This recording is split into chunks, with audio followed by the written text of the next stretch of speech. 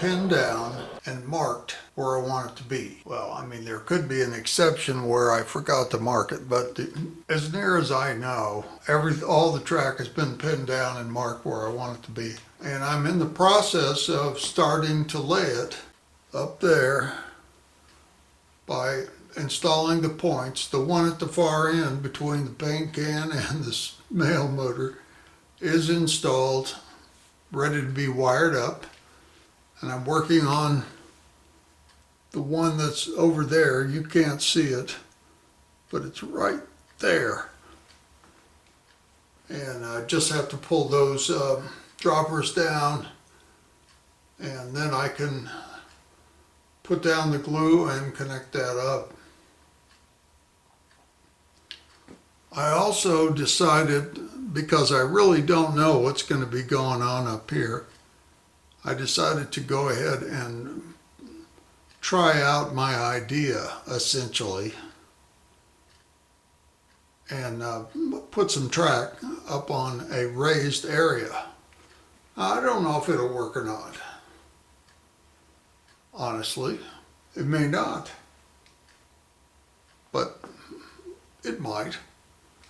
But I need to find that out. So that's what I'm working on today, or at least a little bit this morning, because I want to finish that turnout up over there and get it wired in. The other thing that arrived is these Digitrax automatic reversing controller. In other words, a reversing loop. And it will automatically change the polarity to match what the locomotive is coming from. Sometimes it's advantageous to freeze a rail on this flex track, especially end gauge. I just use some liquid super glue, and this failed dispenser is handy because of the needle point. And I just apply some in 3 or 4 or 5 sleepers where I want to freeze the position of the rails.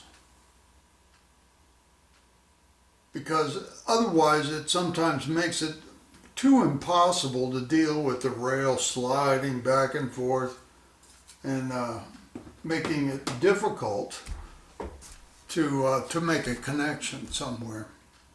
For you new guys, you don't have to fill in as many sleepers, as many ties, if you cut the chairs off.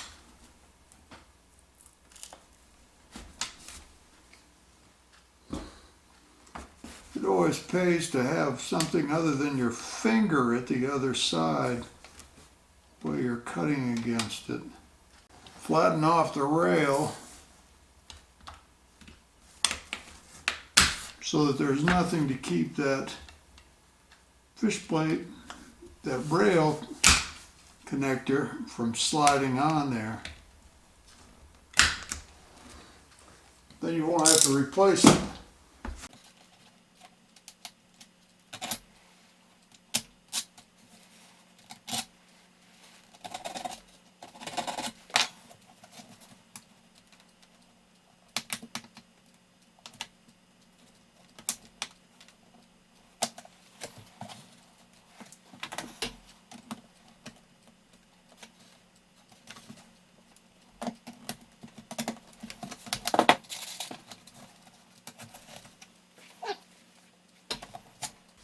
There, that's about what I want.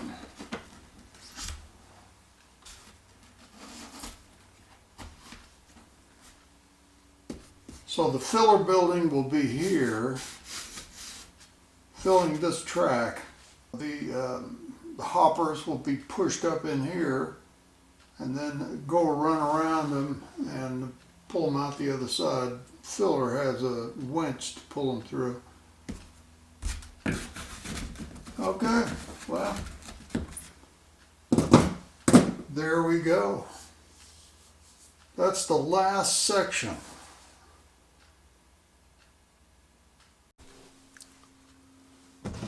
I'm going to glue this curve in. This one right here. This one over here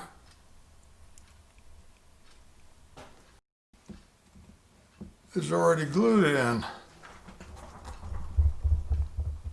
As you can see, it's quite solid.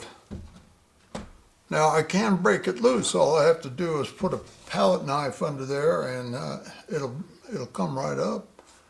But it's solid, and I don't think I'll have to do anything. I don't think I'll have to take it up again. Same with this one. Besides, there is another issue here.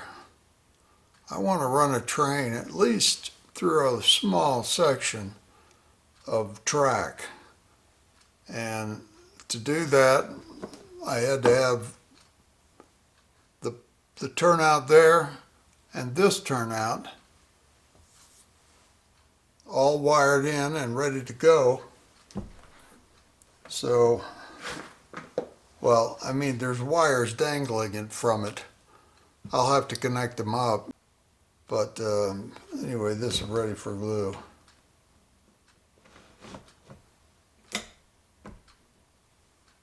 And that'll hold everything pretty solid here.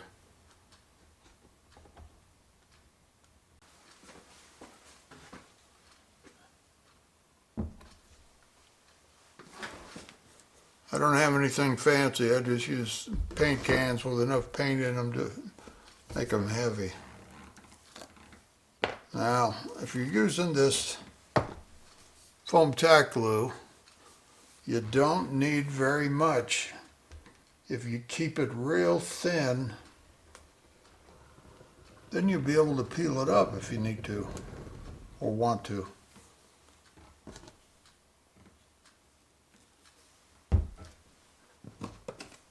Now I'm not going to glue down my turnouts. If I have trouble with them, I don't want to ruin them pulling them up. And it's possible to do that.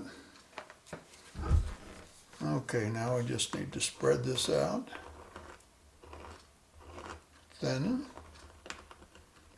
Thinly spread.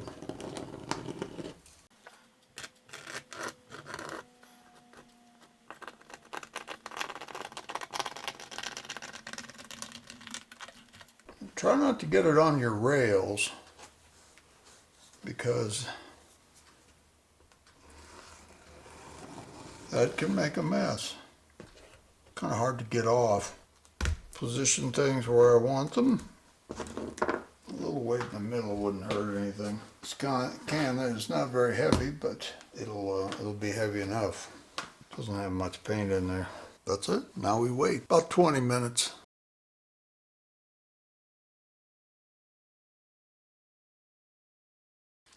The nose of the switch is connected to terminal 3. And I have wires running off which will be landed on the 2 feeds to the track. But right now I don't know which feed goes to which, but I'm going to find out. I've got my trusty VOM here, and I've got it set for conductivity. Let's move you a little bit so you can see what I'm doing. There's the nose, right there, that V-shaped piece of rail. It's connected together at the tip. And I will connect one of the wires from one of the contacts to one side of this, and see when they touch, when there's conductivity between these two, makes a sound. They used to call it ringing out the wires because they use old telephones to do it. And when it would ring, then they knew they had the right wire.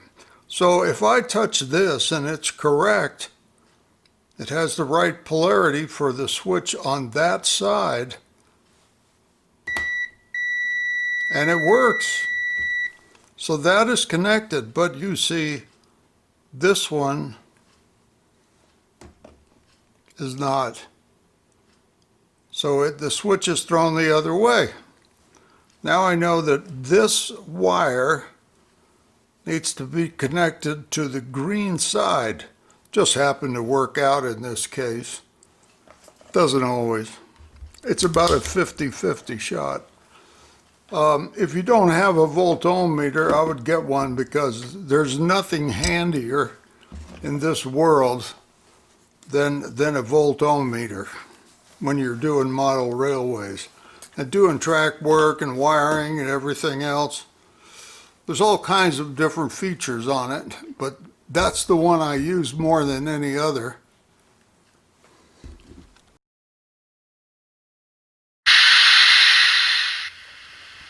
Southbound out of Longmont.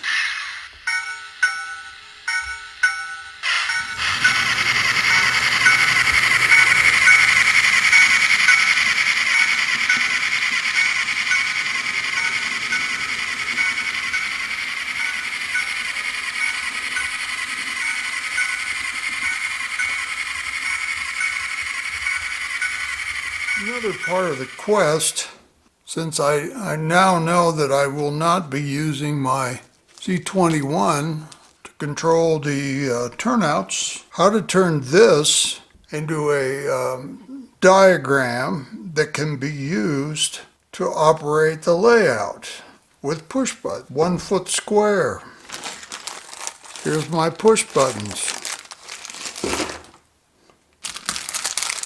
Here's my tape to tape it out. 1/8" tape, 3 mil. So this is what I came up with. I mean, I stared at this for a long time trying to, what in the heck can I do to make it into a linear diagram? And this is what I came up with. The top line is one side, the bottom line is the other. And as you can see, the turnouts coming off at the ends are actually these loops. The loops, if you don't remember, here, look at this again. Here's these loops, reversing loops, and those, back to the diagram, and those are represented on the upper and the lower by the turnouts at the end. And that's how I solved it. I think when I'm operating, I'll be able to understand it. I can't use this because it's too big. I can't use the actual track plan. It's way too big. It all has to be condensed down tremendously to fit on this 1 foot by 1 foot panel and get all the switches to control the points. I will also have lights. Red for when it's thrown, no, yellow for when it's thrown, and green for when it's straight ahead. So at a glance, I'll be able to see where I am when I'm running.